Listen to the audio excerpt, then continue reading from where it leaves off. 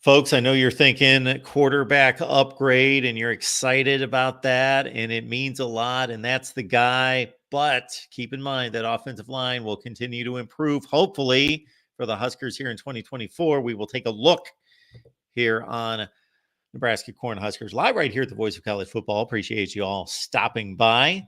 And of course, by my side, Justin Adams, Cheesy Corn Sports, also the Big Ten Show. It's right here on YouTube. And of course, producing great content for us right here at the Voice of College Football. Justin, how's it going tonight? It's going well. And just to preface for everybody watching, I talked to Mark about this at the beginning of the show. I am having computer issues with my screens, so they occasionally crash. I can't see anything. It jumbles all my windows up. So if you see my face going awry, that's what happened. So you'll see it in my eyes. It'll be frustration and panic. Oh, come on, Justin. You're a true pro. You'll have a complete poker face through anything. I'll figure it out somehow. We'll power through. Awesome.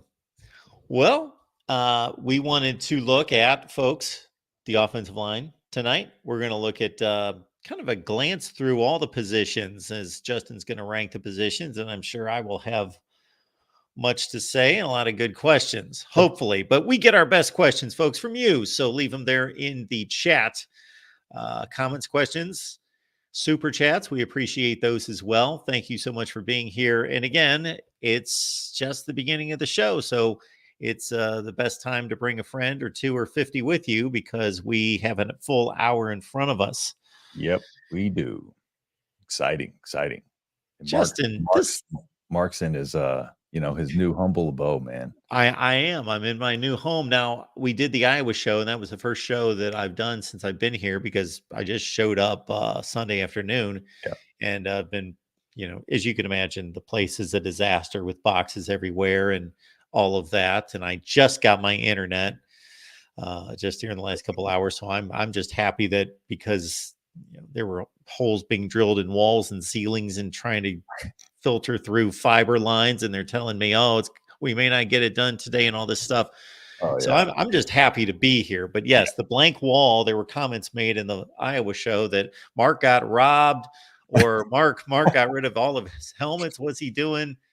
Everything is good. I'm actually in a much better place, nicer place. I know you can't see it, folks, but I feel good about where I am.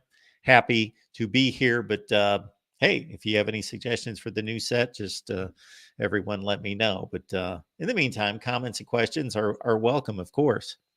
Yep. So I'm going to hit you with this, Justin, right out of the gate on this offensive line. We know it was better last year. Mm-hmm. I was going to make a condescending comment about Jeff Sims there for a second. Oh, go ahead. He's gone. Those guys couldn't help it. If you could pat the ball for 5 seconds, and if you're still going to make a bad decision, you're going to make a bad decision. It didn't seem to matter how much pressure was on him. But they were certainly better than 22 and better than some of the offensive line additions before that. Correct. When's the last time Nebraska had, and we won't go crazy with like one of the best offensive lines in the country and a dominant NFL just laden offensive line, but an offensive line that you felt really comfortable with, confident in, and how close is this group, or how close were they last year? Yeah, so it's funny you mentioned that, because we've brought up the 2016 season a lot as Nebraska's last winning record, last time beat a ranked opponent. And that was also the last time that the offensive line has graded out as good as last year's offensive line did. So, it was 47th, I believe, overall, and that was the highest it finished. Yeah, and since 2016, and there's no surprise that those trends that we've talked about before all point back to the last time we had a winning record. It starts in the trenches. Like that's the fact of the matter, and even more so in the Big Ten. Good stuff. So 2016 and hopefully 2024 will be even better than that group. Yep. So where did you want to take this in regards to setting us up along the offensive front? For sure. So first things first, I have their PFF grades up, and I will run through them individually here first. Just our last year's production and looking through it a little bit more in detail. So Ben Scott last year transferred in from Arizona State, and Ben Scott was every bit as good as advertised. He had a, let me see here. I got some more notes on him. He played all but 10 snaps. So all but 10 snaps the entire season. As you can see here, a 63 offensive grade, 72 pass block, 61.6 run block. And one thing to notice here, it was an improvement, 61.4 to 63.8. And I want to focus on the jump year over year. It was a little bit of a decline from 2021. However, I don't know if he played near as many snaps that year. So 63.8 from the tackle position. Now let's move it over to guards. I'm just going to run through these real quick, and then I'm going to kind of go a little bit more in detail. So we'll start here. Ethan Piper. Okay, so Ethan Piper was 63.6. He played 388 snaps, 65.3 pass block, 64.1 run block. Again, a year over year improvement. I expect Ethan Piper to, build off of that this year. This was first year under Raiola. So now we'll get into the one player who's going to be out for us this year, the one lineman that we're not going to have back, and it is Nuili. And I'll point out a specific thing about Nuili here. So Nuili actually regressed last year, and he will not be back this year. So that is something to note out. 66.8 to 62.8, 62.8, 71.7. I'm not sure the reason for the regression. I know that he did come in moments and was thrust into certain situations, but he did get 577 snaps, as you can see, fairly balanced as far as the snap distribution goes, run and pass. Okay, we will move on to Justin Evans Jenkins. Okay, Justin Evans Jenkins, another one of those guys thrust in later in the year due to offensive line injuries.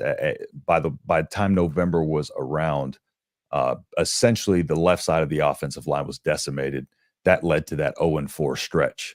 So Justin Evans Jenkins, redshirt freshman, 81.6 pass block grade, 58.8 run block grade, which it leaves a lot to be desired, but I will say that number is a little bit low for most people on the team this year. And Justin Evans Jenkins, he was able to play 314 snaps, but you would like to be able to get him on the field for more running snaps. And he was actually on the field for more running snaps last year, which I don't necessarily agree with, but it was one of those situations where the struggle was so much for depth at the end of the season that group was actually giving up, on average 6 TFLs per game, which was a 3 TFL increase, which is tackles for loss for those that don't know, was a 3 increase over when our full offensive line was healthy. We had our full offensive line healthy for 7 games, the first 7 games of the year. Okay, and then we'll move over into, we got Nuili there. All right, we'll move to the tackle. Teddy Prohaska will have up first. Sorry, just find it here. All right, let's just see where we pull up here. Sorry about that. Let's see what we get here. All right, Bryce Benhart. We'll go with Bryce Benhart. So Bryce Benhart was by far our best offensive lineman last year, okay? He will be back. He was the best run blocker on the team. He played 748 of 753 snaps. That was first, and he only had 2 flags on the season, 2 holding calls on the season, played right tackle. As you can see, the biggest jump year over year, 60.6 up to 70.3. He's in the green in all areas here, and he's got the highest run block grade on the team at 69. So Bryce Benhart is going to be a key cog in this offensive line. But the biggest thing that I want people to note is the improvement, because I know a lot of people have been hard on Donovan Raiola.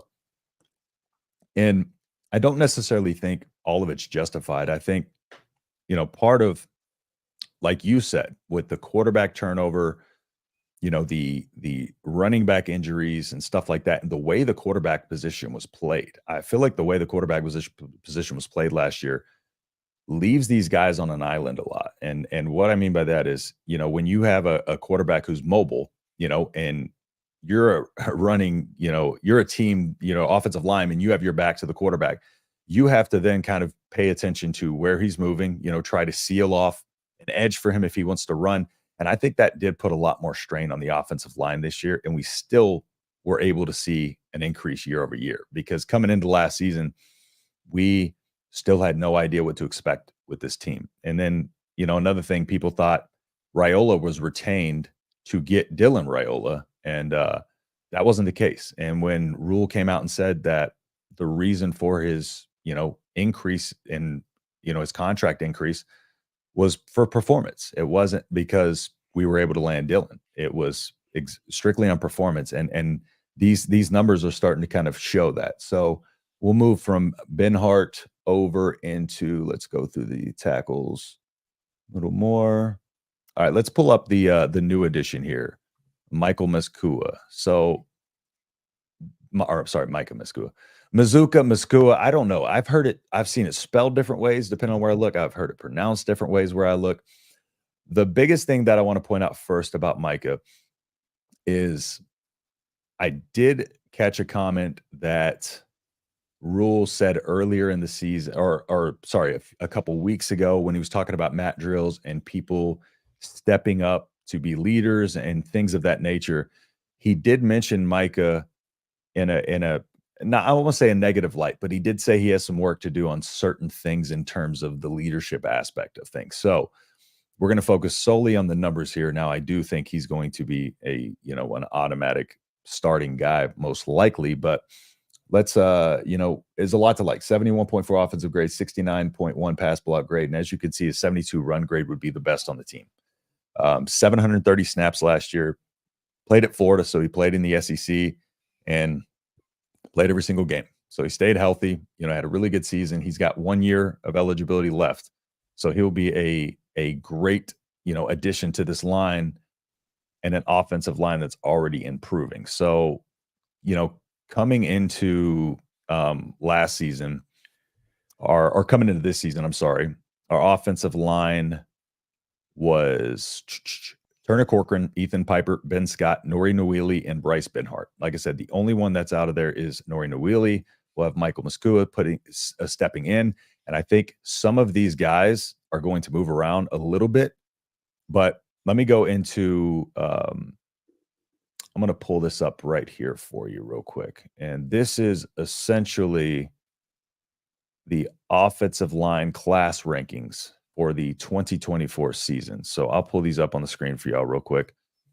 And this is interesting as well. All right. So I got these via Big Ten Huddle, but Big Ten football offensive line class rankings for 2024 average per player. Nebraska is third. Okay. So this is another thing that we want to focus on when we're talking about the offensive line, because it isn't just about the development and stuff like that. It's looking at the offensive line classes that we had in the past compared to this one. It's night and day. And again, we're getting a lot of those guys from close. Oh yeah, that's right. CDA Fishboy, you're right. Piper's also out. I'm sorry, what was this? Okay, so yeah, we're recruiting the best linemen that we have in a long while, but we're also we're getting down in Texas, and Texas is one of the best pipelines that we've had besides Nebraska for linemen in the past. So I expect, these guys to be able to come in. Some of these guys, are playing level 6A in the state of Texas. Gibson Pyle is playing 6A in the state of Texas. And just to show a little bit more in detail about each individual freshman lineman, first I want to ask everybody, besides, Grant Bricks, which offensive lineman, they're most excited about, or even one that's currently on the team, as far as who do you think is going to make the biggest jump, and where do you rank the offensive line and position groups? I'm really curious to see what people think about this offensive line, because I feel like it's very, very split year over year. So looking at Grant Bricks. All right, we'll go into Grant Bricks, 6'5", 278, 92 rated 4-star. He's explosive, quick for a size, plays very aggressive downhill style. He plays, like I said, attacks leverage. He plays violent. He's got all the tools to be great. He just, of course, needs to get in there, get the reps of college. And with linemen especially, it's very, very imperative that the linemen come in more so than anybody sometimes and have to hit the ground running with the strength and conditioning, because they have to get strong real quick to face the strongest guys that they're going to go against on the field in the trenches. So, coming in, getting on the strength and conditioning program, seeing how quickly he can develop. But, hopefully Grant Bricks, won't have to be utilized too terribly much. But I'm sure he will be thrust in there a little bit. Preston Taumua, he's quick, rangy, very athletic. He gets up the field quickly and he moves great for his size. 6'4", 315.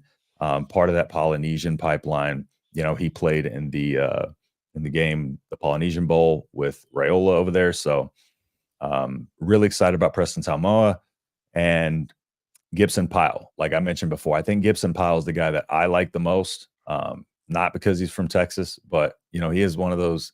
He's one of those. He's got that farm strength. I will say that. So 6'5", 300 pounds. He's a large man, strong, explosive, powerful. And like I said, he played 15-6A in the state of Texas, which is the highest level there. So, he's not playing against bums, and he's the best thing about him, I think, is his tenacity, and he finishes every single play. And, he keeps a good pad level. It plays downhill. But I think the biggest thing is just I think the biggest thing that I look for in film is these offensive line is who finishes the play. Who, when the play is going to the opposite side of the field, who gets upfield and tries to at least, be aware of where in case it's a cutback. Gibson Pyle is really good at identifying those things and keeping his eyes, up on the field. And if he needs to, pancake a guy, he'll bulldoze him. So, really excited about the youth that we have coming in here. And I think just seeing, with Raiola taking a group of people that weren't his recruits and having to, come in and take one of the worst position groups year over year, bring it in with this, bad offensive line, or bad quarterback room, the running back injuries, etc. And they still were able to outperform expectations, second in the Big Ten in rushing yards per game. And I don't think anybody really expected that at all. And just with the moves made and another year development, I think next year this offensive line is going to shine. Yeah, the rushing yards per game, just when you really think about, and I understand a lot of people would say, well, they didn't pass the ball well, therefore they didn't pass it much because they wanted to play extremely conservative, and that's partially the answer. But you also have to look at the flip side, that they couldn't take pressure off the run game with the pass game. They couldn't move defenders out of the box, get them to respect the pass game, especially downfield, and to still be able to run the ball consistently like that against the schedule that they faced and the defenses they faced is pretty darn impressive. Yeah, and I think the biggest game that was a struggle, of course, was Michigan, but that was a struggle for everybody. And it's one of those things where I don't know if people understand how hard it is to establish a run game when you have no passing attack, because teams weren't afraid to stack the box against our run game, and teams weren't, they weren't giving much on defense. The only time that really you saw a team play, I guess, conservative in that regard was probably a little bit of the Iowa game. The one time that Iowa tried to play aggressive, they got beat over the top. But they have the defensive line and stuff like that where they could contain the run. But I just felt like over the course of the season, they got better. And I in the beginning of the season, again, when that Michigan game came out, I'm like, maybe it was just the first couple weeks, they played a little better and stuff like that. But again, they got better as the season went along. And even the group that did have to come in and hammer down the left side of the line, they improved significantly as the season went on. And with everything else, I think that's the biggest thing that I like to see, is the increased year over year. And just real quick, I wanted to play this.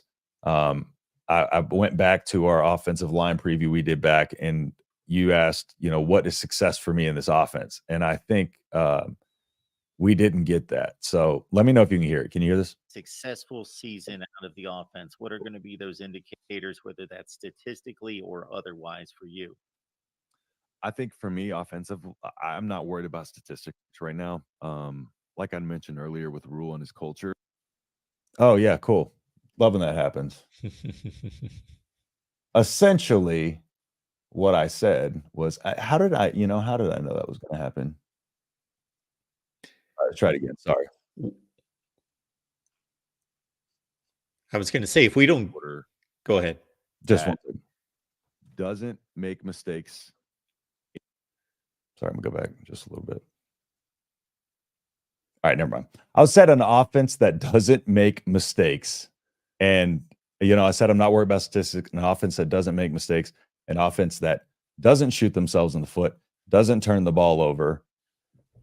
And they did none of those things. So, and I don't know what was up with my camera angle back then. I apologize for that. That was terrible. I was just going to say, the next time that happens, or if there's anything else that you want to show everybody from that episode, you can just shoot me the number episode and the time stamp on that, and I can find it. Yeah.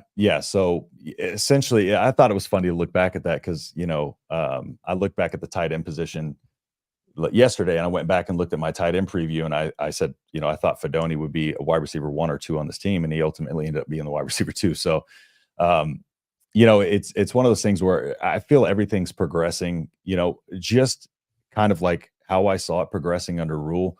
And I think that's why I'm so optimistic.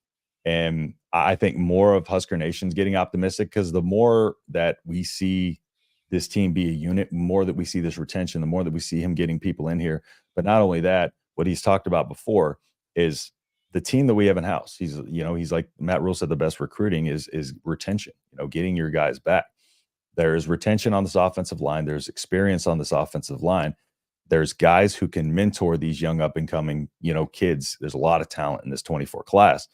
And, them being there to mentor on top of having all of this time to develop under Raiola, the sky's the limit right now with this offensive line. I think it's something we should be like really excited about, especially, getting a quarterback like Raiola and not having depth at the QB position. Even more so, you want your line to be there and be able to protect him because you can't afford injury right now at all. We're talking Huskers, folks, like we do each and every Tuesday, 7 Eastern, 6 Central with Justin Adams. You can catch Justin's work right here. You can also head on over to Cheesy Corn Sports. You can also head on over, Big Ten fans, to the Big Ten show and catch Justin, JR, Sonny, and you'll see those guys show up here at the Voice of College Football as well. So we got some good things going between our channels, our networks, and so please check it all out. We are going to drive college football like nobody else, folks. So we appreciate Justin. We appreciate Sonny's jumping on board and JR, and they do a great job there at the Big Ten show. Yes, sir. You got awesome, it right. Awesome. I'm happy you got it right. You've figured. I am locked in on it now. There is no going back. I've got it. I'm just going to blame it on the fact that everything was discombobulated for the last few weeks. So, and I'm dropping the link to the Big Ten show in the chat if anybody would like to go check it out. So perfect. Absolutely. But yeah, I'm just looking at some of the comments. Nuts in a hood at OT. That one I have yet to see any update on that, but we will see coming up in the next few weeks probably what's the latest on that. So right now I'm just touching on the incoming players, the players that we have returning, and just kind of the year over year. But I do plan on getting a full in-depth offensive line preview out on the channel still. So this was a little bit more of a higher level overview with some PFF grades and quickly going over the incoming class of freshmen too. So sweet. Well, Justin, I'll ask you this about with all the player movement that's available for everyone now. Would you dip into the transfer portal? Now, all things being equal, we don't know who's going to be there after spring, but let's say there's some decent prospects there, some guys that have shown in power conference play that they're capable. How much of a need do you think there and I'm not asking the question in a way that some All American Right. decides he's in. Of course, you're going to want that guy because he's going to be an upgrade. But just in terms of more from the standpoint of need, do you think it's necessary to get into the portal? I don't think necessarily, because right now the way it's lined up, 4 seniors, 3 juniors, 3 sophomores. We have 5 redshirt freshmen, I think, and 6 true freshmen. So we do have talent and experience at every level. I mean, it would never hurt to get a depth piece, but I think with the scholarship numbers being what they were, and Rule always, he talks about, he's like, this is what I do for a living. I'll get them down.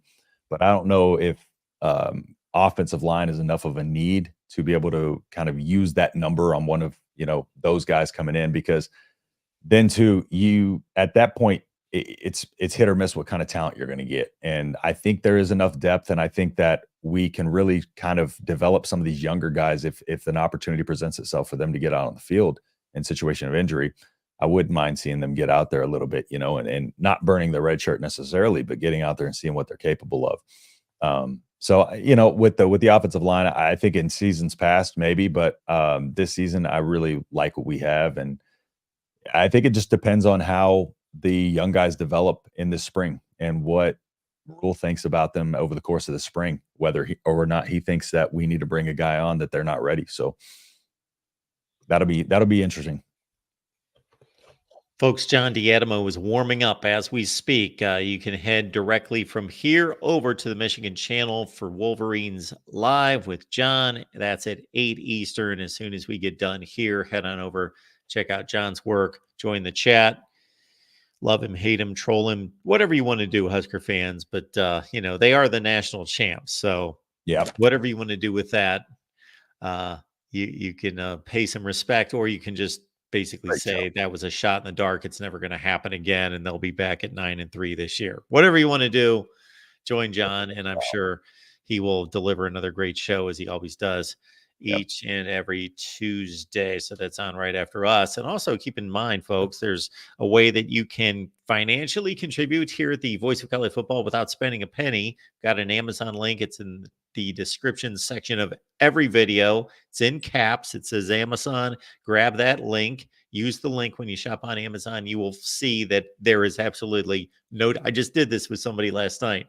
They're like, "Oh, your Amazon link. I want to see how does this work?" They grabbed it. They started shopping. They were like, "Oh, this is perfect," and it had them already logged in. Their account said, Yep. "Hi, so and so," and so it just treated them just like okay that they used their own link. Easy day. I Yes, didn't know they had stuff like that. there you go. There you Like, go, folks. So please use the Amazon link. It helps us grow and build the channel. absolutely. I went over. I want to touch on one thing too. For those who haven't seen, I did a tight end preview yesterday, but some interesting numbers from there is actually the best tight end. The most production from the tight end group since 2010. Fredonia, the most touchdown catches since 2010, and yeah, and that was with Nate Borkacher and Thomas Fedoni essentially being the only guys out there. Eric Gilbert was coming in as the 5-star, and I don't know why somebody got mad at me in the comments for saying this, but I don't know. They were anti Fedoni, pro Eric Gilbert, but I said he couldn't act right, and they got mad about that. So I don't know why, but I think that's what happened. He just couldn't act right. So going in that with Borkacher was the only one with experience, and he was the only one with returning production of any kind, with Nebraska. Fedoni hadn't played for 2 years, was an absolute wild card, but had, amazing upside. And the fact with that group that they were able to come in and, be able to produce the best tight end group since 2010 is telling, but it's also going to show people how important the tight end position is going to be to this team. They are going to act, just in their own right as much of the offensive line as the rest, because they're going to have Fedoni. They're probably going to have Fedoni lined out wide. Carter Nelson, they're going to have him moving in the backfield. And Matt Rule's talking about the athleticism of those guys. And then you got your guys like Ian Flint coming in. He was used really kind of as a soft spot zone guy from Texas, but, dual sport athlete. Eric Ingerson was listed as a D line. But he was able to come in and be a top 40 tight end by ESPN, 6'7", 245 pounds. And he had 10 catches, 4 touchdowns in those 10 catches. And then Ismail Smith Flores, 6'5", 210, 87 rated 3-star, 16 catches, 367 yards, 40 yards per game. So he was consistent, 22.9 per reception, but he lined up at wide receiver mainly. So he's a redshirt freshman, 6'5", 210. So we got a lot of these guys coming in, these young guys too, that are going to be able to line up wide.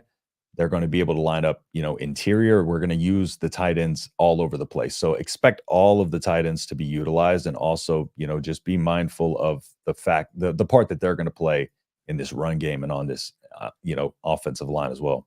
So, Justin, correct me if I'm wrong here.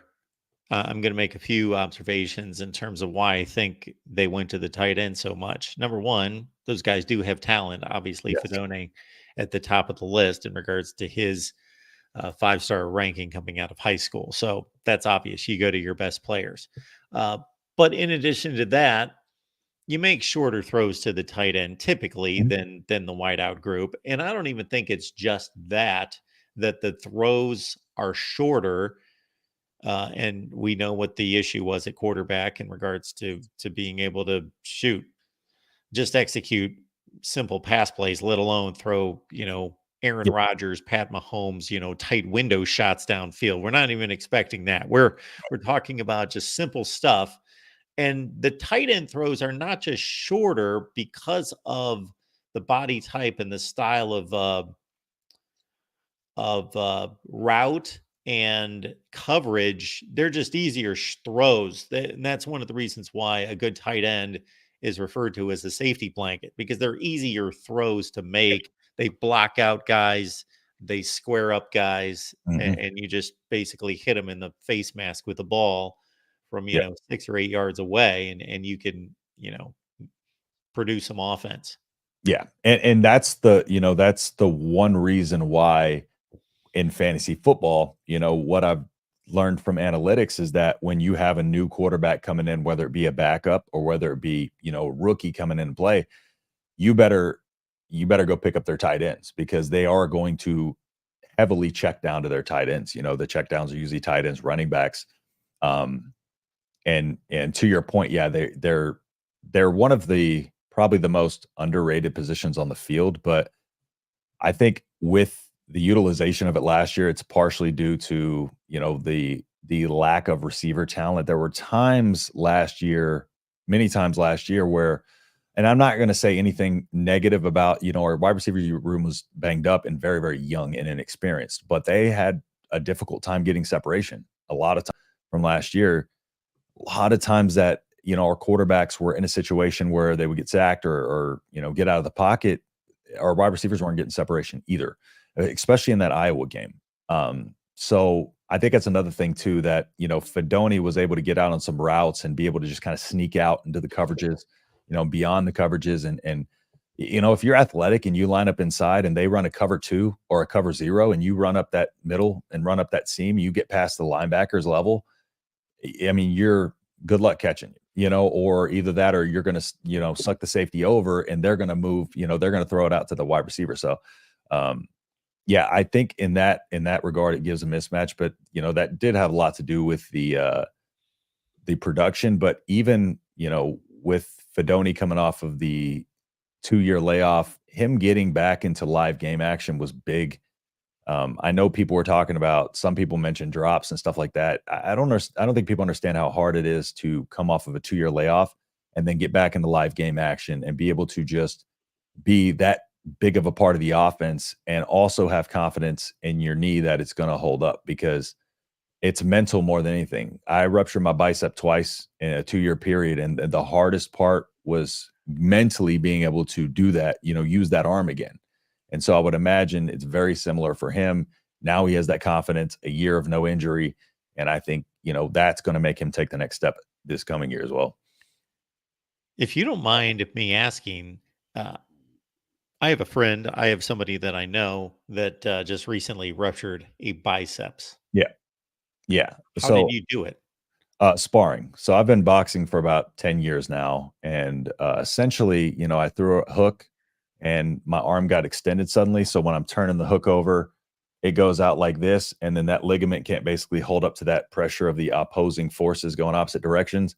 And this ligament snapped. My bicep rolled up about 7 inches. And so I had to go, get it MRI'd. I knew immediately what happened. It gets that Popeye deformity. I had to go get it MRI'd and had surgery. And the surgery had me out for about 5 months. And then over the course of time when I was in my rehab, I never lost the pain in my wrist and stuff like that. So I got a second opinion, and it was a 75% re-rupture, which essentially they had to cut it and go back in there. Essentially what they do is they suture the ligament, pull it down, and they drill a hole in the bone. They filter it through the bone. They put a little piece of metal stopper in here, and you kind of got to let that ligament grow back in place. And so it didn't fully grow back in place. I was sparring, it re-ruptured. I had to get surgery again. During that, it was exactly a year to the date later. During that surgery, I got nerve damage and couldn't move my fingers until about April of this year. So I lost all movement in my fingers for about 4 months because I had to have a third surgery to repair my nerve.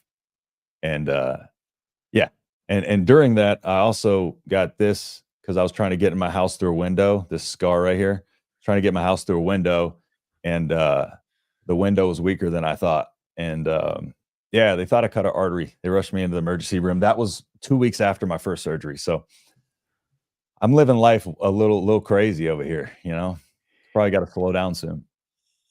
Justin, if you take a while responding to a text or something like that, or don't return my call right away, I'm going to be like Worried. worried. I need a Yeah. bubble wrap. I need bubble wrap. Yeah, 2 weeks after this, I actually got a grade 2 ligament tear in my right ankle too, off-roading. I was we were standing out on a little sloped decline trying to look over the next obstacle to see how we're going to get over it. And my feet slid out from under me. I had the brace on my right arm, so I couldn't catch myself. So I just kind of tucked, and then my foot went down like this and hit the flat part, and my ankle popped. And I was like, well, I stood up and I started like bouncing around, and I was like, well, it popped, but it doesn't feel too bad. And then we kept off roading, and by the time 55-minute drive back home, I got out, and it was about 3 times the size of it normally is. So it's What does been the a rough significant road. other think of your off the field activities? She's here for it, and she's just there. She's not going to tell me no. She told me no, I can't do bare knuckle fighting, but that's it. That's the only thing off limits. But I'm trying. I'm 33. I can't keep doing this to myself. Bare knuckle fighting. Yeah. Good Lord. I mean, it would be fun. It's less brain trauma. It's just more superficial damage. Also, you haven't done the bare knuckle fighting. You're just No, that's what I wanted. interested. Well, I've done like fighting outside of, but the actual like bare knuckle fighting. No, I do amateur boxing. So like I've been boxing, local talent, nation talent, and stuff like that. And then, but the bare knuckle is its own organization. So, but she won't let me do it. Because all the stuff that we see on TV and in the movies with these dudes hauling off on each other with bare knuckles and just that's crazy, right? That No, you can't not hurt your hand. oh yeah. Well, that's what gloves are for. Notoriously, people think gloves are for protecting your opponent. They're for protecting your hands. Sure. And essentially, what you have to do is you have to condition your knuckles and condition your hands. But that's another thing. That's why there's not a lot of brain trauma too, because you can't throw 100% power, or you'll shatter your hand every time. So they're not hitting as hard. It's a lot of cuts, a lot of bruising, a lot of all that doesn't look pretty, but it is less brain trauma. So, I don't tell everybody, hey, listen, I'm kind of mentally unstable a little bit. So don't follow all my advice. All right. I will say getting hit in the head doesn't hurt as much as people think it does. It's the anticipation that hurts people. Don't do what I do. Don't do what I do. All right. Do what I do, though, everyone. I just dropped the Amazon link in the chat. So grab the link and head on over there. When you shop on Amazon, put it somewhere where you remember it. Justin has dropped the link to the Big Ten show. Check it out on YouTube as well. Yeah, absolutely. So I'm looking forward to where we're going next, because I want to see how you see this team in regards to your most confident position and then making it all the way down to where you're concerned. So Justin's going to give us a brief rundown of position rankings within the team. Yeah, and this one there was a couple of tough ones because we're running the inexperienced versus, kind of injury prone. So it's a matter of trying to juggle the two and see what's more concerning, the injury prone or, the inexperience. So starting first, I'm going to start at 8, and I think you have to go with the quarterback room. I think the quarterback room it's just a lack of experience. We don't know what to expect. You got Heinrich Harburg, who was pretty bad last year. And, as much as I like Harburg, I don't want to, he did, he came in, he did his job well for a while. But I just think there was limitations to this offense and limitations to his skill set. And, Harburg coming back, but then you got Kalen and you got Raiola, but that's it. And then, so it's going to be really, really hard to know anything about this until we see it on the field. So QB room's got to be last until we see it. That is just a very inexperienced room to a concerning degree. But move into 7, linebacker. Linebacker was a weakness this offseason. Losing Nick Henrich and Reimer was going to be tough to do, but I really do like what Matt Rule did in Stephon Thompson. I did a video on him back, when we got him. But Stephon Thompson and not only that, some of these defensive ends are going to be moving around and playing like a hybrid linebacker type of role, which is another reason why linebacker is hard to gauge, because the way the movement is, you have DBs sliding down to play linebacker, you have edge rushers moving up, you have linebackers moving down to the edge. It's a lot of movement. So, but just specifically with the linebacker group, and losing Henrich and Reimer, I would say I would have to put linebackers at 7, tight end at 6. Tight ends at 6 because it's just, again, a lot of inexperience. Fedoni, hopefully seeing if he can make a leap. Again, one of our most productive people last year, so hopefully he can make a leap. But, you got Carter Nelson coming in.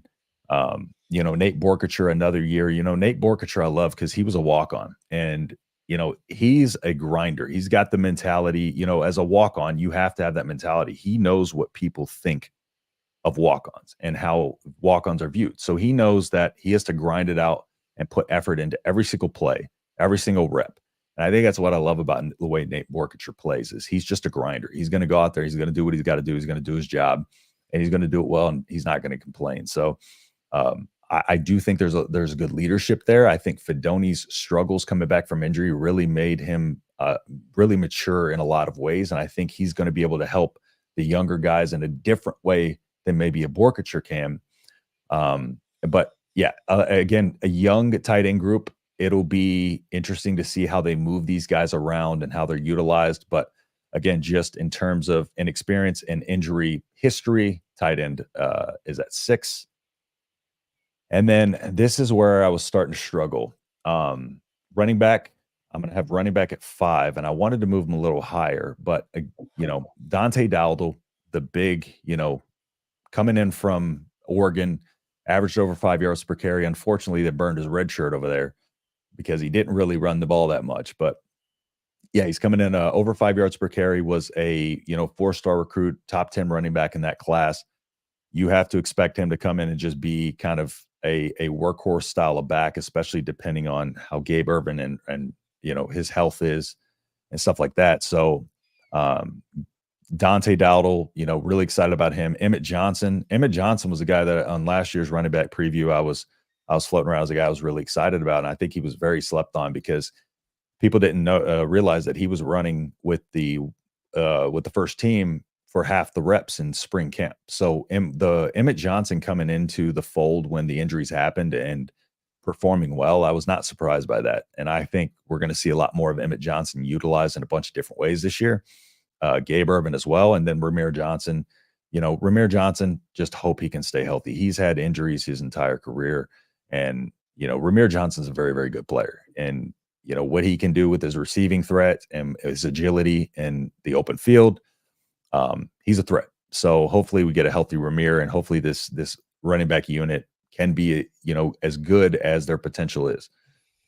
And then I move over to defensive backs. I was struggling where to put running back and defensive backs, but I got defensive backs next. Again, hard to kind of base what to expect from them because the defensive backs move all over the place too. But you got Mario Buford, Malcolm Hartzog, Gifford, Tommy Hill, Singleton, Bly Hill, Ethan Nation, Dwight Boodle, sorry, Larry Tarver coming in, Amari Sanders, Caleb Benning, Mario Buford, Roger Gradney. There's a ton of young talent on this team, and there's a ton of experience. Tommy Hill is one of our more experienced guys because Tommy Hill has been through the ringer here. He has been the public enemy number one of criticism for, the effort he put in on plays, but he's really done a good job of kind of redeeming himself now and moving over to defensive back instead of just wide receiver. And,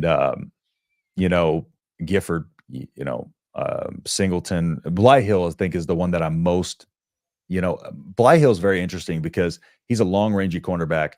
He's, very athletic, and he's exactly what Nebraska needs at corner. And he was probably the transfer that was the lowest, it was the lowest rated. So he was the least hyped, but I do think that he has a critical role in this team in the coming season. So the defensive backs, again, young, there is some experience, but there's a lot of young guys, but those guys have tremendous upside.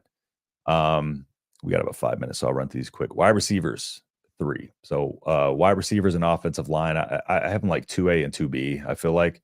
But I'm going to go wide receivers for now just because what we saw last year, it's hard for me to put them at 2. With the influx of Jamal Banks and Isaiah Nair, though, I think this receiver room is going to take on a whole different look, and it's going to be a huge, huge jump year over year. Jamal Banks is the perfect fit for the X receiver that we so desperately needed last year. Isaiah Nair is a do-it-all deep threat with the body to be able to go up and get jump balls, to be able to use his physicality and be a burner.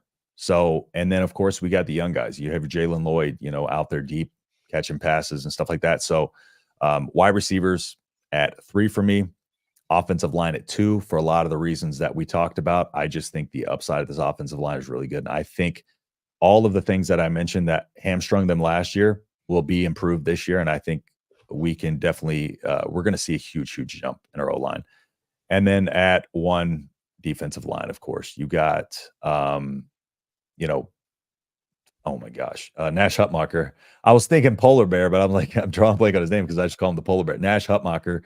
You have a defensive line that came along last year, and we have not had a defensive line in a long time. We couldn't get pressure. I can't remember. We had I don't know if it was like single-digit sacks in 2022 or something like that, but it was abysmal. And defensive line, again, having offensive line and defensive line at 1 and 2 might be wishful thinking, but it's exactly where we need them to be successful in the Big Ten. So I would do a more in-depth positional breakdown with a little bit, probably maybe move some positions, but I think as of right now, high level overview, that's where they sit for me. Okay. I don't have too much to come back at you on that. I am a bit surprised that you had tight ends as low as you did. Yeah, the only reason is just because we have 2 true freshmen, 1 redshirt freshman, and Thomas Fedoni and Nate Borkacher juniors. So it's and Nate Borkacher, 6 receptions last year. Thomas Fedoni 25 for 4 touchdowns. So just you want to see a little bit more production out of Borkacher because he had 5 receptions the year prior and then 6 receptions last year. But I think it's just remains to be seen because I think the tight end position has one of the most biggest upsides of this, and I'm measuring the offensive line probably by their upside because of the more experience. Just the fact that we have one player who's had one full season under his belt, and then the guy who has had multiple seasons is a walk-on turn scholarship player. Nothing wrong with that, but I just think the upside is there because of what these young guys have to offer, Carter Nelson and those guys, and when they can bring those guys in and move them around and just see what it looks like and see what the, talent, the young talent that we have is. I think the biggest thing is just the lack of experience in the young talent, but the upside there is crazy. And we've talked about how Josh Fleeks is a bit of a different kind of player, how he can be used and so forth. But you consider him full-fledged wide receiver. Yeah, yeah. I think because I think, I think they got pretty much the guys that they want for the tight end position, and I think it's going to be more so the tight ends moving out more so than guys like him moving in. So, but it's hard to tell because unless I go back and look at the Baylor film, which I will eventually, to see how they were utilized there, because the way they were utilized last year, wasn't the way they want to do it with the San Francisco 49ers style positionless offense that he mentioned. So I just think we have yet to see what even this tight end group, how it's going to be used. And that's where I think the biggest upside is in that. So, I think they like the guys they got there. And I think it's a matter of they're going to have, 2 to 3 tight ends at a time on the field sometimes. That's what they've mentioned. So we're going to see a lot of it, and we're going to see a lot of these guys move, and we're going to see a lot of the talent we got in the coming years. And I do think Carter Nelson is going to be a big part of this offense as well, because as much as Matt Rule talks about him, he loves Carter Nelson. And we all do. We know his upside is tremendous. So Justin is cranking out the content here on the Voice of College Football, and you know what? You like it. And if you haven't watched, you don't know that you like it yet, but you will like it. But the feedback we've gotten is folks love the breakdowns, love the film breakdowns and all the analysis, whether he goes with the PFF grades or goes in a number of different directions, highlighting obviously commits, highlighting position groups, highlighting all sorts of angles, whether that's more evergreen content as we go through the offseason and head toward August camp, or sometimes there's some breaking news. Matt Rule said something that Justin will respond to. So please be on the lookout. And again, if you haven't checked out the videos, the response has been tremendous. So you will want to check it out to get the latest insight on the Huskers. Absolutely. And Sonny, thank you so much for backing up with Ted. Ted, thank you so much for letting us know that you're going to use that Amazon link. And again, I just did this with somebody again last night, and they're like, okay, how do I do that? And they just grabbed the link and they said, oh yeah, boom, works. Easy. Yep.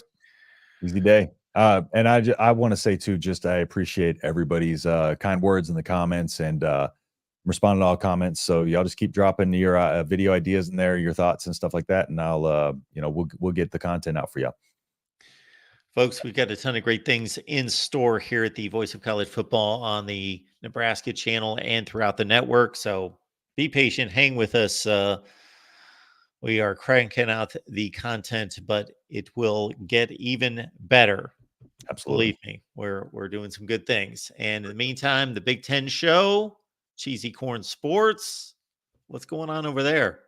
So the Big Ten show, the Cheesy Corn Sports has been kind of dormant while the season ended, and we're picking it back up here probably the next few weeks. So fantasy football, if you like that, get over Cheesy Corn Sports.